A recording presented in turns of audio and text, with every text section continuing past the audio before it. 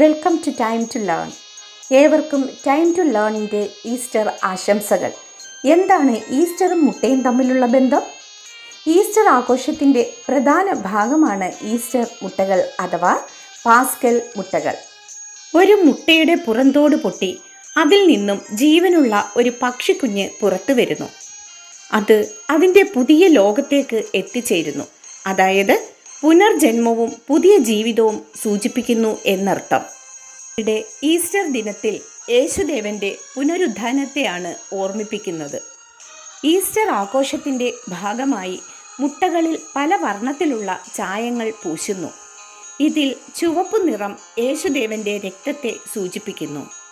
ചായം പൂശിയ കോഴിമുട്ടകൾ ഉപയോഗിക്കണം എന്നതാണ് പാരമ്പര്യ രീതി.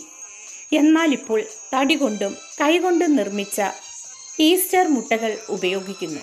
കൂടാതെ ചോക്ലേറ്റ് നിറച്ച പ്ലാസ്റ്റിക് മുട്ടകളും വിപണികളിലുണ്ട്. So in this occasion I wish you an extraordinary Easter. Happy Easter.